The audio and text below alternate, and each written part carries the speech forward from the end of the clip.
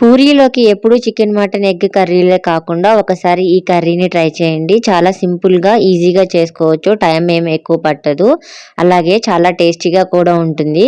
ఒకసారి చేసుకుంటే మీరు మళ్ళీ చేసుకోవాలనిపిస్తుంది. అంత టేస్టీగా ఉంటుంది. వదలరు. క్విక్గా అయిపోతుంది. ఈజీ ప్రాసెస్ అనమాట. ఆ ప్రాసెస్ ఏంటో ఒకసారి చూసేద్దాం. చూడండి.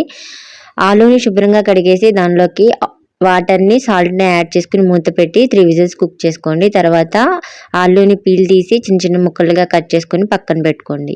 తర్వాత స్టవ్ పైన గిన్నె పెట్టి ఆయిల్ పోసుకుని ఆయిల్ హీట్ అయ్యాక పోపు వేసుకోండి. పోపు వేసుకున్నాక ఆనియన్స్, పచ్చిమిర్చి చీలికలు, కొత్తిమీర, కొద్దిగా అల్లం వెల్లుల్లి పేస్ట్, ఉప్పు, కారం, పసుపు, ధనియా పొడి, జీరా పొడి ఇవన్నీ వేసుకుని ఆయిల్లో ఫ్రై చేసుకోండి.